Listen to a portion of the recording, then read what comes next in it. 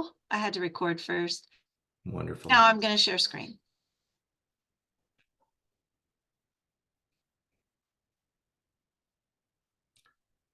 Excellent. Well, good morning, everybody. I just wanted, first of all, to just take a brief minute to introduce myself.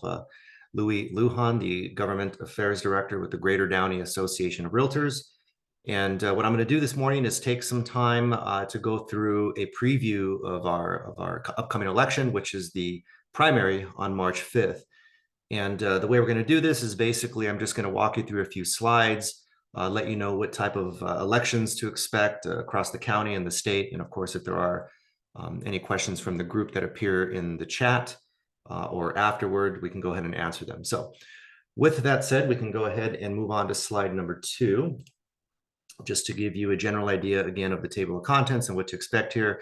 We'll go over state elections, give you a preview of some local elections, some of the ballot propositions and initiatives that you'll see on the statewide ballot, and of course, CAR specific supported and opposed propositions and initiatives. And like I said, if there are questions, we can deal with those during or after. Okay, so let's jump right into it. Slide number 3.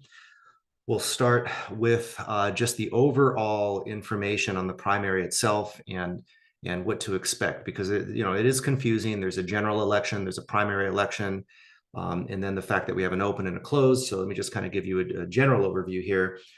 So on March 5th, we do have our primary, which is the one that hopefully you can, if you haven't early voted, you do have an opportunity to vote on election day. And for those that may not know, in the primary, voters indicate the preference for their party's candidate, right? Or the candidate in general. I mean, you don't have to vote for your own party. You can switch, go across if you'd like. But basically, the primary is an opportunity for each individual party to rally their voters in support of their candidate. Now, one thing to mention is that for the Senate, for the U.S. Senate and the U.S. House and state legislative races, we in California, like I just referenced, we have an open primary. So no matter what party you belong to, you can vote for anyone.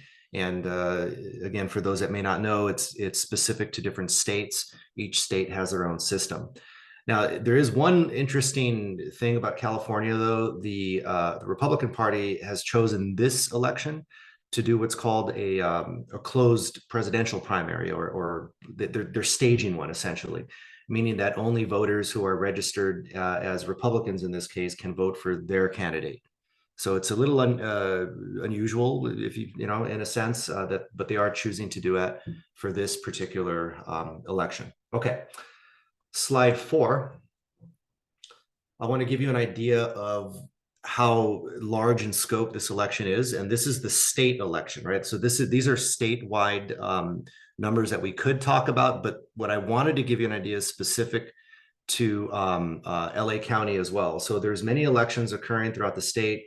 In LA County, however, there are the following. There's 17 congressional elections that you will see on the ballot, depending on where you're at in the state.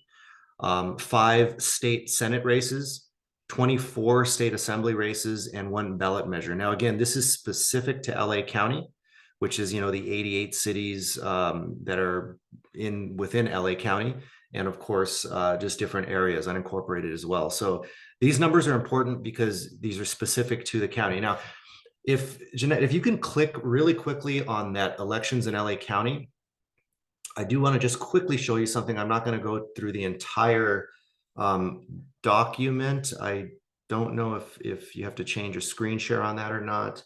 If not, don't worry about it. I can explain what it is. So let me explain what I have done for those that are interested. When you will make sure that link is made available. And I put together a list of all of the candidates, their party, and what district they're in. So if you really wanted to kind of drill down into details, we'll make sure that link is available, and you can find out, for example, like who's running for the state assembly in the 53rd district.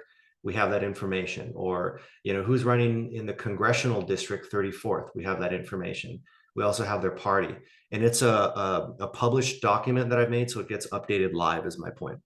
But again, the ultimate point of this slide is that there's a lot of elections going on, but specific to LA County, those are the numbers.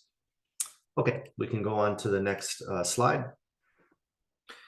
And on the next slide, once we get to it there, let's see. Okay, so here's what we talk about when these are the local elections. Now, the reason why I wanted to give you an idea of local elections is because a lot of the fact that this election cycle happens to be during a presidential year, we're going to have a high turnout. So a lot of the city council elections, school district elections, ballot measures, all of the local stuff that we will see on the ballot, you're going to have a lot more people voting just because it is a presidential election year. And while there are hundreds of local elections going on throughout the state, I mean, literally hundreds, city councils, school districts, again, specific to LA County, we've got 54 city council races, 11 school district races, 15 ballot measures. So those are a lot of elections. And again, we did create another database that will make sure the link is made available. And on this link, it has every city that has an election, every school district that has an election, along with the candidates, what district they're in, and which elections overlap. So for example, if Downey were part of it, we would have all the candidates, the school districts, and any other measures that are being mentioned with clickable links to each. So again, without showing you that specific database, just know that we do have the link available and you can go into quite a bit of detail if you're interested. Okay, next slide. And so to give you a little bit of an idea what to expect as a preview for the ballot initiatives and the propositions. So Proposition 1, if you have probably heard of this one already, this is the one that authorizes $6.4 billion in bonds to build mental health treatments for people with mental health issues and substance abuse challenges as well, and provides for housing for the homeless. And I have a little bit of detail there on AB 531 and Senate Bill 326 that is part of Prop 1 with some information on the fiscal impact. But I think without getting into extreme detail on this, it's always helpful to know who supports it, who's opposing it. And if you look at the supported list there, it's the firefighters, the veterans, and the National Alliance on Mental Illness. And the opposition, of course, is the Mental Health America of California and the Howard Jarvis Taxpayers Association. So this is the reason why I mentioned this. Number one, you're going to see it on the ballot. Two, you probably have heard of it already and seeing commercials on it and other ads, but also because it is quite a bit of money, right? $6.4 billion in Prop 1 funding if it passes. So if you're not sure of how to vote, you can definitely either ask or just Google it. It's one that you definitely want to be educated on. Okay. Almost to the end here, but the next slide, I did want to give you some detail on what CAR is supporting and what CAR is opposing specific to this election. And for those of you that got information on the business meetings we just attended in Monterey, you have heard of ACA 1, ACA 13, the state constitutional amendment or SCA 2, as well as the $19 million to fund a campaign that opposes these certain initiatives. So one of the I guess key things to remember is what CAR supports and what CAR opposes. If you're not really familiar with the details of each bill or proposal, you definitely at least want to know what they're supporting and what they're not supporting. So first of all, first bullet point, CAR did approve $19 million to fund a campaign to oppose 3 initiatives. That's very important information. That's obviously going to appear on the November ballot and support 1 initiative. So you have plenty of time to read up on it. The initiative that CAR is supporting is the State Constitutional Amendment 2 regarding public housing projects. Got tons of information on that if you're interested.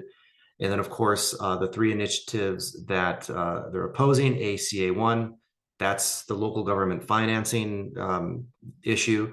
ACA 13 regarding thresholds. This is the one that would make it, in a sense, the argument goes easier to tax people across the state and in cities especially. And of course, another attempt to repeal Costa-Hawkins, and it's the whole rent control initiative that we all heard about. So if there are any questions on what these initiatives mean, what they do, please ask, because there's a lot of them and they're very important on this upcoming election. Okay. So with that said, the final slide, I always get the question of, well, where do I vote? Keep in mind that you can't really see the URL there, but if you go to lavote.net, there's a section on the website indicating where you can drop your ballot off. If you plan to vote in person, where you can vote. And of course, keep in mind, mail-in ballots have to be postmarked by March 5th and turned into the drop box by 8 p.m. On that particular day. And of course, election day itself is March 5th. They have a cool app, by the way, you can use for all of this information as well. Okay, so with that said, I will go ahead and conclude the presentation, and I'm more than happy to answer any questions. I do have my information on the final slide, including my phone number, email address. You can take it down, but more than happy to answer any questions that may have popped up in the chat. And if not, that is what I have as a preview for the upcoming election, at least the primary. Louis, Yes. what is the benefit of voting early? They're making it a big deal this year to vote early. Yeah, well, the benefit, of course, is that you get it out of the way. It's more of a personal thing, I would say. However, one of the key things I find that voting early helps is when they track who has voted, they can get a pretty good idea of where these initiatives are going and whether or not certain candidates are ahead or not based on who votes, because they can tell who votes early.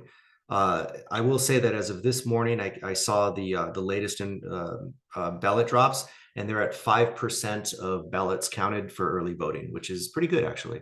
Okay, that's LA County specific, though. So, yeah. One of the other questions I get is, is it, does it like influence the outcome? I mean, I guess it could if they start tracking this information and they see that, most people in LA County over the age of 65 have voted, they kind of know, okay, certain initiatives, a certain segment of the population will support, they get a good indication of whether or not it will pass or fail. So it helps with statistics. That's the external reason. The internal reason, you just get it out of the way. It helps candidates. I know that. They get an idea. If once you're off that list as having voted, they're not going to bug you anymore. Maybe that's another benefit. I don't know, but so yeah. Any other questions? The only other thing I can remind people of is that this is the preview. We are going to have a post-election kind of results of the initiatives, candidates, and keep in mind that when we do that post-election wrap-up, the elections are not official, or the results rather are not official, but you get a good idea of who won, what initiatives are ahead, and so forth. And if you're interested in tracking them yourself, you can always go to the lavote.net website, and they have in real time the ballot count updates. Yep. Johnny, Louis. do you have a question? Louis, Yes. just a side note, do you put much credence into polls prior to elections? This election's a bit different. Normally, I would say yes, because the turnout is low, and you generally have a predictable number of people that are going to vote. You have a predictable outcome in other elections. But this election, given there's so many issues on the ballot, it is a presidential election year. I wouldn't, in this election, put as much reliance on the polls as I normally would. This one is more unpredictable in my mind. Thank you. Plus, you got tons of local elections going on. This is, I mean, up and down the state, there's literally hundreds of council elections. And one of the things I didn't mention in the presentation is that you can, with the number of state Senate seats, with the number of congressional races, with the number of assembly seats, local elections, school districts, there's a potential to see a huge shift in control of different city councils, school districts, just across the board on the state level as well. It's a big election.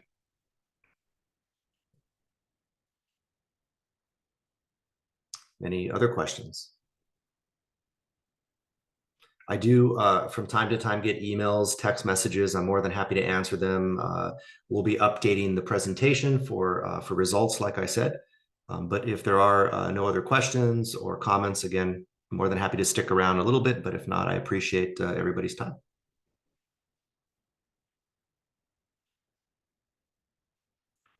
Okay, thank you, Louis. My pleasure. Thank Louis. you. Yes. Thank you, Louis. Oh, my pleasure. That you had a question. Thank you, Maria. Appreciate it.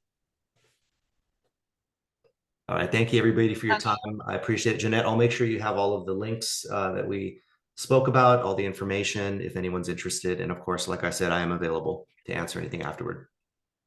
Perfect. Thank you. Okay. Thank you. Okay, bye-bye. Bye.